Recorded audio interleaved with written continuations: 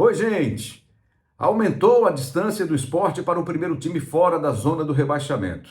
Depois de perder para o Palmeiras em São Paulo, o Sport acabou derrotado pelo Vasco na Ilha do Retiro. Foi a segunda derrota para o Vasco, um adversário direto. Dois confrontos diretos que o Sport acabou perdendo. Perdeu em São Januário e perdeu agora na Ilha do Retiro. A situação fica cada vez mais difícil para o Leão. Bom, a gente vai falar sobre isso, vai falar também do Náutico, né, que pega um grupo difícil na segunda e decisiva fase da Série C do Campeonato Brasileiro, e o Santa Cruz, que vai com uma vantagem para o jogo contra o América em Natal. É o jogo que vale o acesso para a Série C. Todos esses detalhes para você aqui no Rembrandt TV. Aquele convite especial para você se inscrever no canal, para você deixar o seu like para impulsionar o vídeo e também ativar o sininho para receber as notificações sempre que tiver um conteúdo novo. E olha, uma sugestão imperdível para você acompanhar os episódios do Rembrandtcast, é o podcast das melhores histórias, muita história boa para você aqui no canal, no nosso Rembrandtcast. Beleza? Combinado assim? Bom, noite de domingo, o torcedor do Sport, mais de 15 mil torcedores foram à Ilha do Retiro. O jogo começou às 8h30 da noite. O torcedor sempre vai naquela esperança, né, de ver algo novo, algo diferente. Uma vitória do Sport já é algo diferente, né? Já que em 20 jogos o time só conseguiu uma vitória neste Brasileirão até agora. Foi a vitória contra o Grêmio lá em Porto Alegre. O Sport perdeu na última segunda-feira, derrota para o Palmeiras lá no Allianz Parque, e esperava-se que hoje, pelo menos o torcedor do Sport nutria essa esperança, né? Que hoje, num confronto direto com o Vasco, o time conseguisse um bom resultado, para continuar alimentando essa esperança de escapar do rebaixamento, que é cada dia mais difícil. A cada rodada vai se tornando mais difícil o Sport se livrar desse rebaixamento para a segunda divisão de 2026. Vamos começar aqui pela escalação do Sport, né? A surpresa hoje na defesa, a entrada do João Silva, já estava há um tempo, né, sem atuar, entrou acho que pouco tempo nos últimos jogos aí, acho que 2, 3 jogos atrás ele chegou a ser acionado pelo técnico Daniel Paulista. Rafael Thierry estava vetado pelo departamento médico, né? Um choque que ele sofreu no jogo contra o Palmeiras. Ele perdeu algumas atividades da semana e não foi para o jogo contra o Vasco. Com isso, o João Silva apareceu como titular ao lado do Ramon. Na lateral esquerda, Aderlan, que é lateral direito, foi improvisado pelo Daniel Paulista, né? Acho que é mais uma prova da dificuldade do Sport em contratar, nas escolhas que o Sport fez para essa temporada. Um jogador que ele tinha no banco de reservas, é o Kevson, que foi titular contra o Palmeiras, acabou substituído no segundo tempo e hoje começou no banco, entrou só na etapa final do jogo contra o Vasco da Gama, mas o Sport foi para improvisação. Tem o Luan Cândido, né, chegando aí, um jogador que também vai chegar aí para brigar por posição, já que o Cariús está entregue ao departamento médico, mas é uma outra escolha que o Sport faz, uma escolha que deixa uma dúvida, né? Será que ele chega com qualidade para vestir a camisa titular do Sport? Porque o Kevson, que foi contratado, pelo menos nessa atitude do Daniel Paulista, já mostrou que não tem muita confiança no lateral esquerdo que a direção do Sport contratou. Não sei se foi um pedido direto do Daniel Paulista ou ele só aprovou porque a situação no mercado é mesmo difícil, principalmente para quem está na parte de baixo da tabela, né? Então essas duas escalações aí me chamaram a atenção, a entrada do João Silva e a improvisação do Aderlan na lateral esquerda neste jogo contra o Vasco. Um Vasco que tem um ataque de boa movimentação, com o Ryan, que não foi um jogador diferente hoje do que se esperava, assim, foi um jogador que foi abaixo da média dele. Tem o Verratti, né, o atacante, o pirata, o argentino, que dá muito trabalho, fez um gol de pênalti, mas não foi assim um Vasco avassalador, muito longe disso, tanto é que o Vasco está brigando para não cair, né? Sejamos aí o máximo possível coerentes. O Vasco está brigando para não cair, para evitar a queda, mais uma vez, para a Série B do Campeonato Brasileiro. Foi um time que mostrou muita dificuldade, mas venceu o jogo. Fez 3-2 no placar.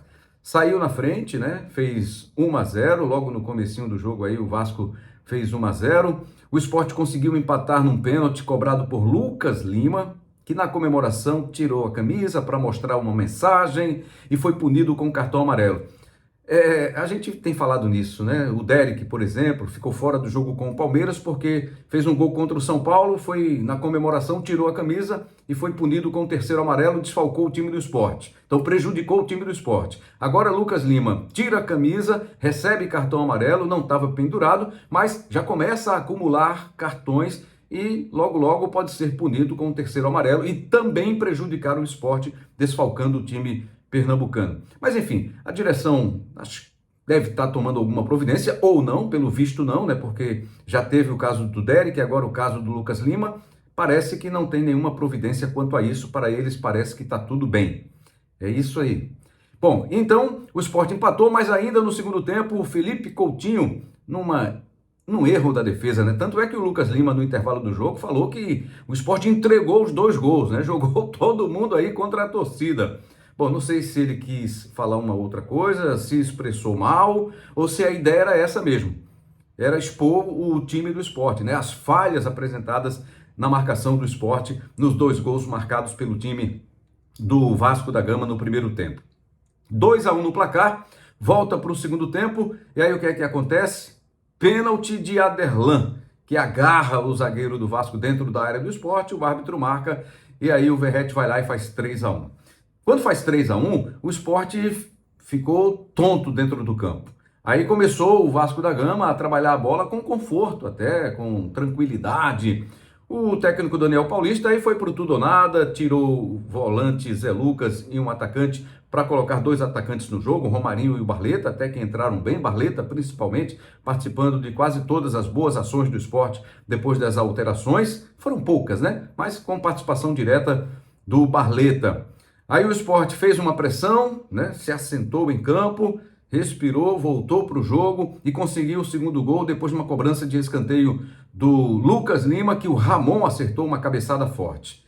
Depois disso, um pouquinho de pressão, mas não foi suficiente para sequer empatar o jogo. O Vasco ainda teve um contra-ataque, quase faz o 4º gol e ficou em 3-2 para o Vasco da Gama, e o Sport agora está a 12 pontos do Santos. O Santos é o primeiro time fora da zona do rebaixamento. O Santos, que neste domingo empatou em 0-0 com o time do Fluminense. Só para trazer aqui os resultados, um resultado que chamou muita atenção foi a goleada do Mirassol, 5-1 em cima do Bahia. É isso mesmo, o jogo foi disputado lá em Mirassol. Tivemos os concorrentes aí do Sport, né, que conseguiram resultados importantes, bons resultados. Por exemplo, o Juventude no sábado ganhou fora de casa por 1-0. O Vitória ganhou dentro do Barradão 1-0 para o Atlético Mineiro. O Fortaleza é que acabou amargando aí a derrota para o time do Internacional 2-1. Deixa eu só conferir se nesse momento da gravação o jogo já estava encerrado. Estava sim, o Internacional venceu então o Fortaleza pelo placar de 2-1. Com isso, olha só como está a parte de baixo. Vitória, mesmo com essa vitória sobre o Atlético Mineiro, está em 17º com 22 pontos. Juventude tem 21, o Fortaleza tem 15 e o Sport tem 10 pontos. O Santos também tem 22 pontos, o Vasco também tem 22 pontos, mas esses 2 times estão fora da zona do rebaixamento. Bom, pelo que está acontecendo, são 20 jogos, ainda restam 18 jogos para o Sport, que tem aqueles 2 jogos ainda do primeiro turno, contra Flamengo na Ilha e Atlético Mineiro lá em Belo Horizonte. Mas a cada rodada que passa, o Sport vai se aproximando cada vez mais do rebaixamento para a Série B do Campeonato Brasileiro. Agora tem essa pausa para a data FIFA, o Sport vai ter 2 semanas para se preparar para o próximo jogo. Deixa eu só confirmar aqui para você, o próximo jogo será contra o Bragantino no domingo, dia 14 de setembro, 11 da manhã, lá em Bragança Paulista. Bom, agora é o seguinte, vamos falar do Náutico e do Santa. O Náutico venceu a última partida da fase de classificação da Série C, 3-0 em cima do Ituano, que ainda brigava por classificação, mas acabou ficando fora do G8. O Náutico terminou em 3º lugar e vai pegar um grupo complicado, né? Com Ponte Preta, com Guarani e com Brusque. Faz o primeiro jogo fora, 2 jogos em casa, aí sai para 2 jogos fora de casa e encerra jogando nos aflitos. É um grupo difícil, mas é um Náutico embalado, empolgado e com um comando forte do técnico Hélio dos Anjos. E o Santa Cruz, hein? Venceu o primeiro jogo das oitavas de final, das quartas de final, na verdade, contra o América de Natal, 1-0 na Arena de Pernambuco, um gol marcado pelo Ariel, que entrou no segundo tempo no lugar do Thiago Galhardo, e conseguiu uma vantagem, é uma pequena vantagem, né? O torcedor esperava até que o Santa pudesse fazer uma vantagem maior, mas não foi o que aconteceu. 1-0 e o Santa joga pelo empate. Desses dois mata-matas pelos quais o Santa já passou, o Santa chegou. O primeiro jogo, a vantagem era do Sergipe, o primeiro confronto, né? A vantagem foi do Sergipe, o Santa conseguiu passar nos pênaltis, depois teve 2 empates contra o Altos, passou nos pênaltis também e chega agora nesse duelo contra o América, vai com vantagem para o jogo do próximo domingo em Natal, às 7 da noite, é o jogo que vale o acesso para a Série C do Campeonato Brasileiro. Vamos acompanhar aí essa semana do futebol pernambucano, essa semana do futebol brasileiro e também, claro, das eliminatórias para a Copa do Mundo, já que tem Brasil e Chile na próxima quinta-feira. Muito obrigado mais uma vez aí pela sua atenção aqui com o nosso canal, com os nossos conteúdos, Rembrandt TV à sua disposição. Não se esqueça de deixar o seu like, de se inscrever, de divulgar para a sua galera aí, para se inscrever também aqui no canal e ativar o sininho para receber as notificações e curtir os nossos episódios do Rembrandtcast, o podcast das melhores histórias. Forte abraço e uma ótima semana!